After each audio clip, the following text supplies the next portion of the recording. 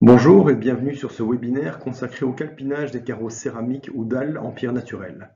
Je m'appelle Luc Furquet et je suis chef adjoint de la division des avis techniques du CSTC.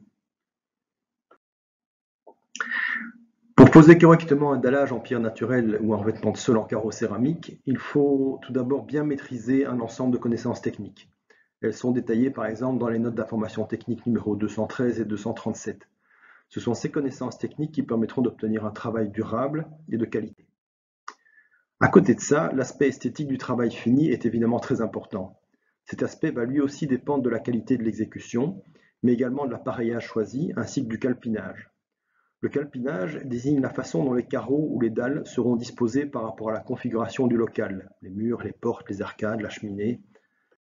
Dans le cas de la pose marbrière de dalles en pierre naturelle, le calpinage désigne également la façon dont les dalles sont positionnées et orientées les unes par rapport aux autres. C'est le cas de la pose à livre ouvert, par exemple, où chaque dalle est répertoriée, numérotée et ajustée par rapport à son futur positionnement. Le calpinage se fait toujours sur la base du module, celui-ci correspondant à la longueur ou la largeur d'un carreau, augmenter la largeur nominale d'un joint. Il ne faut pas perdre de vue que la tendance étant actuellement aux joints très minces, la largeur des joints de dilatation sera pour des raisons techniques souvent plus importante que celle des joints de finition. Alors on peut se demander pourquoi il est utile de s'intéresser au calpinage des revêtements carrelés. Il faut tout d'abord se rendre compte qu'il est exceptionnel que les dimensions des locaux correspondent exactement à un multiple des dimensions des carreaux. De même, et principalement lors de travaux de rénovation, il est rare que les murs qui délimitent un local soient parfaitement d'équerre. Il y a donc lieu de décider, avant de débuter les travaux, d'un plan de pose dont le but est de visualiser et de déterminer la façon dont les carreaux vont être posés au sol. Ce choix doit être fait en concertation avec le maître d'ouvrage et l'auteur de projet s'il y en a un. Comme toujours dans la construction, il faut garder à l'esprit que la bonne communication et la discussion préalable sont la meilleure façon d'éviter les déceptions, voire les litiges en fin de chantier. Alors comment procéder pour visualiser facilement l'aspect final du revêtement carrelé et les différentes possibilités de calpinage? Une méthode simple consiste à dessiner à l'échelle une trame correspondant au format des carreaux et à l'appareillage retenu.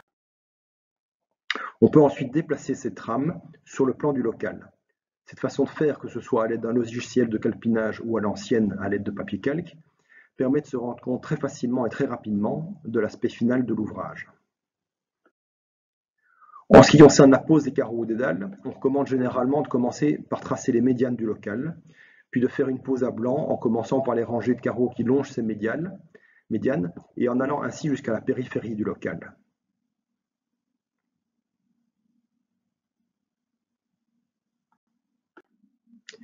Il ne s'agit cependant pas d'une règle absolue, et il est fréquent que le maître d'ouvrage préfère que les carreaux soient centrés par rapport à la porte principale du local, par exemple, principalement lorsqu'il s'agit de carreaux de format XL ou XXL qu'il souhaite mettre en valeur. De même, lorsque la surface carrelée longe un autre type de revêtement de sol, il se peut que le maître d'ouvrage préfère que les carreaux longeant ces jonctions ne soient pas découpés, ce qui va forcément influencer le calpinage de l'ensemble du local concerné. Une autre recommandation générale consiste à déconseiller la découpe des carreaux de façon à éviter que leur largeur soit inférieure à la moitié de la largeur d'un carreau entier. Le but est d'éviter de se retrouver avec de petites languettes de faible largeur en périphérie des locaux. Mais dans ce cas également, il s'agit d'une considération générale qui ne constitue pas une règle immuable. Si on opte pour une pose centrée par rapport aux portes du local, ou dans le cas de locaux dont les murs ne sont pas perpendiculaires, comme nous l'avons vu tout à l'heure, il est fréquent que la largeur de certains carreaux périphériques soit inférieure à la moitié de la largeur des carreaux. Pour éviter les découpes de faible largeur dans le cas d'un couloir, dans lequel sont posés des carreaux ou dalles de grande dimension par exemple, il sera nécessaire de centrer le joint longitudinal, comme on peut le voir sur le croquis ci-dessous. Mais le maître d'ouvrage peut également préférer centrer un carreau entier dans le but de mettre en valeur le grand format des carreaux.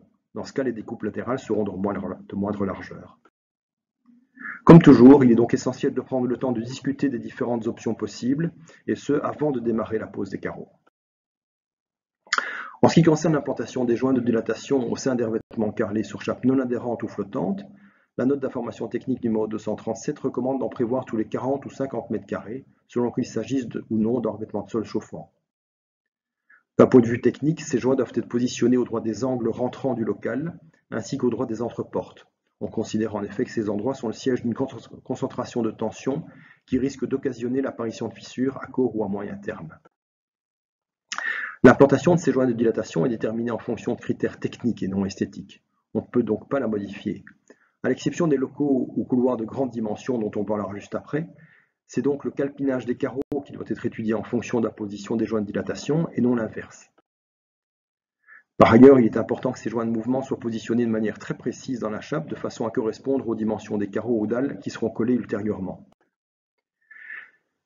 Si on souhaite éviter des découpes de carreaux au droit des joints de dilatation, il sera plus facile de commencer la pose en démarrant de ces joints et de se déplacer ensuite vers la périphérie des locaux. Lorsque la surface à carreler est telle qu'elle comporte plusieurs joints de mouvement consécutifs et que l'on souhaite conserver des carreaux entiers, il faudra alors calculer l'entredistance de ces joints de mouvement sur la base des dimensions du module, c'est-à-dire le carreau plus le joint. Mais il s'agit d'une mise en œuvre délicate qui risque de nécessiter un ajustement de la largeur des joints de finition entre carreaux et conduire finalement à un résultat peu satisfaisant. Il est donc plus aisé de faire en sorte que les joints de dilatation soient situés à peu près à mi-largeur des carreaux, ce qui permet de masquer les petites imprécisions dans le positionnement des joints de dilatation. Voilà, en guise de conclusion, on peut donc dire qu'il y a un certain nombre de conseils généraux relatifs au calpinage des carreaux, mais que ceux-ci ne constituent pas des règles absolues. La seule règle incontournable est de convenir et d'acter avant le début des travaux du plan de pose qui sera retenu et qui conviendra au maître d'ouvrage et à l'auteur de projet, ainsi qu'à l'exécutant. Je vous remercie pour votre attention.